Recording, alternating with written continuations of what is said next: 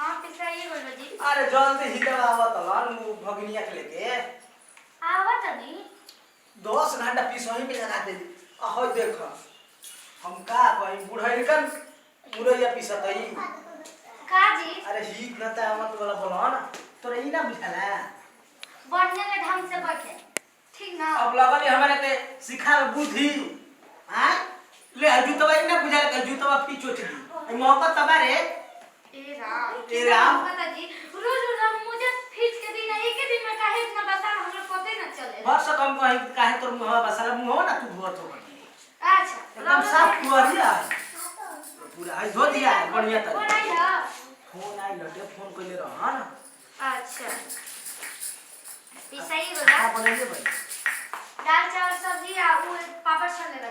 आ चटनी पीस के देता कब आई हम जा यही से कही ना कि तोर लूर खजूर पे चल पापड़ वही गरी छनाई गई तो छना के मेरे ना दिए मेरी आई पराठे बांध के रख ले बनी इतना पागल नहीं की हो केवन ठीक बाटे आ जल्दी कर होय सुता भइल तोर हाथ में रे नहीं जान का इसे कहती अंडा कम करो ठंडा में तो तू अंडा हाँ, खा जी। इसे कहते कि ठंडा में अंडा कम खो न तो खजूर जाए तो इनो में पन्ने से हमारे ठीक ना वही तो मैं- अंडा खाते होता रोज मेरी माटी से गोबर से इन्फेक्शन हो रहा है खुश रहो हमारी चल आओ पानी बेटा, रोको पानी पानी ना, लेकर सुनी बता ना, देखिए अब स्टेशन पे अरे जोड़ मुंह के अरे सुनी ना सुनी नहीं ना क्या बता अरे ठीक है अरे कम से कम पानी में पी खाना अरे पानी वाली ठीक हुए हमर गाड़ी पिया अरे लेके आओ जल्दी रे थोड़ा यही से पानी बड़ी बड़ी मारा ठीक पानी ना आज सब पानी पढ़ाई सुनी ना में हमारी चल बात। हां चले ठीक है कोई नहीं आ गई अरे पानी आ लेके आओ अरे ना रहे थी ना सुनी एक घंटे में गाड़ी की जब लेके हम जाते नहीं बम्बई अब देखी रोवे सब पे हम छोड़ के जाते नहीं रोवे सब पे कहत रहे जे कि ना पाऊ कोनो दिक्कत ना है कुछ ना तो दिक्कत कम छी भाई जे पढ़ जा जो दिक्कत होके वाला रहता तो हो गेल का कहीं अजय दी जो किस्मत में रहला हुए ना होखेला वो तने दिन के मांगे कि नसीब में मांग के आई रहली ठीक है बेटा जाता नहीं अनु बेटा कोनिया से रही अरे सुनी ना जाए दी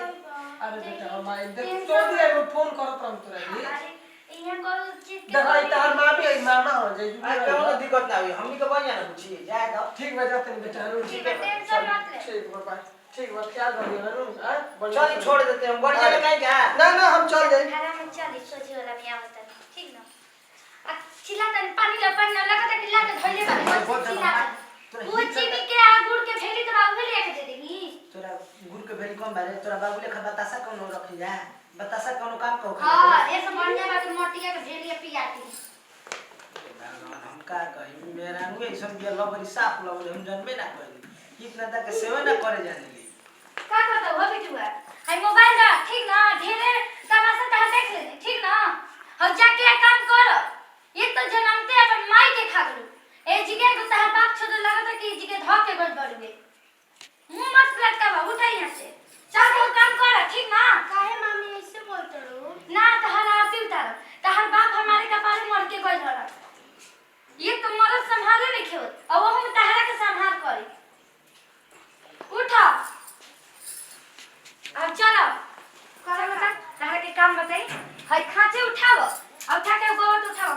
उठाओ बाप रे बाप बताओ ये को तो हम मरद से परेशान हो गइल बनी अपना एगो इनकरा के लेके चली आ इहो ने कि आई बेट तो हंसते रहला तो हो दुआ से हे दुआ रे कइले बड़ी लागत कि इनकर माई के घर ह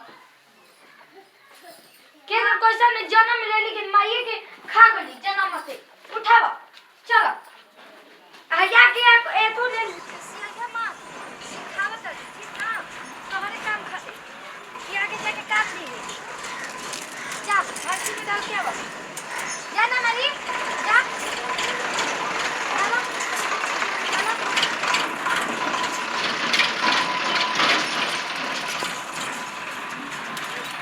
अरे के हाल उझिल रहे में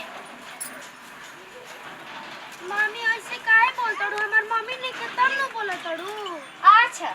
अरे बाप रे जुबान लड़ाइबो तू अब हमरा से हम तारे से जुबान थोड़ी लड़ाओ तनी अच्छा जुबान मत लड़ावा तहर माई नहीं खे सबे कोई जाने तक माई नहीं खे ठीक ना ए जी के ना तहर माई के घर ना तहर बाप के घर ना जी आके जी का पसंद के बाद चला होगू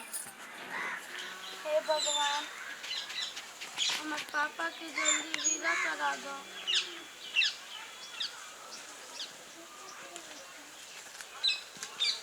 मामी हम सोचत रहे कि मामी ये सब हमरा से ना करवाई और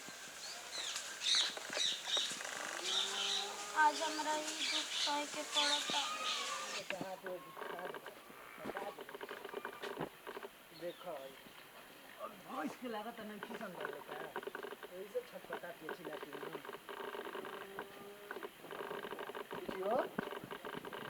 ये क्या करती रे हे जा बैठल भाई अब मामी के ना हे जा बैठल पढ़े ना गुरिस का काहे ऐसे काहे बोलत है मामा बोले कि तो नहीं के मन करत लेकिन एगो बात कही मामा हमरा कौन का बात बोल चाह दो मामा। ऐसे काहे कहती रे ए जब पढ़ का दिक्कत बाटे आखिर ना मामी हमरा से चोकर डलवाते गोबर पथवाते घास कटवाते। तोरा के यही से न कहले रही कि कुछ करत है तो हमरा के पहले बता दो तू कहती कि ना मम्मी ठीक कर कोनो दिक्कत नहीं है मामा हमरा खाना देते टाइम पे अच्छा जाए तो चुप रहो हम बनी ना हम कर ले पूछ ले तनी आ जाए के ना मतलब घरे कोई बा ना जान ली पापा गुलवन बा ऐसे उदास ना हो जाला हम मामी के तारा बता देम ठीक ना उ न तोरा के कुछ बोलते हम नहीं कि ना बोलत अच्छा जाए तो चुप रहो काहे रो तू चुप रहो तो रौरा हे जे बैठल बनी आ खाना ना खाए तारा सामने है ना प्यार से बात करत तड़ी है ना का हो गए का हो गइल तोर मुहवे नहीं खे गोइठा लेखा अंदर से गोइठे लेखा गइल एकरा काहे बोल भइल हम तोर ले का पूछत रही का हो बोली एकरा के कदो चल जाती तो पढ़े नहीं जाए देता हाय जी राम ई का कहतानी जी भगिनी ब्राह्मण जात वाली सर आई कैसे सोच लेलन जी मामी सुने ना हम बताओ तो नहीं मामा हम झूठ ना बोली है ना हनिया तू हमरा से फिर तू मोबाइल गाय ले में पहले। चोकर ना डलवावत रहो झूठ मत बोली हो। हाय ये बुच्ची जी कितना रौरा झूठ बोलतन और ये सब दिन सुने से पहले हमर कान काहे ना भरा कोई ई का कहत हाय का तना ओय हो एकरा हम का तना झूठ बोलत यार मर रे धर एकरा के निया और रे जाय जी छोड़ दीजिए बाबूआ जी छोड़ दीजिए मत दूंगा तोरा और जो नहीं ए जे ना तोरा ए जे नहीं खेला ए जे नहीं एकरा जाय जी छोड़ दी बाबूआ जी जाय जी छोड़ दी ना छोड़ दी जाय दी जब हम ना छोटे के मुआलिए दम खाई के पटक अब एकदम मुआइए दे बतिया से ना सब टाइम रहत रहू भाग चले छोड़ी ना छोड़ी कर के दो ना हम का छोड़ब ना हट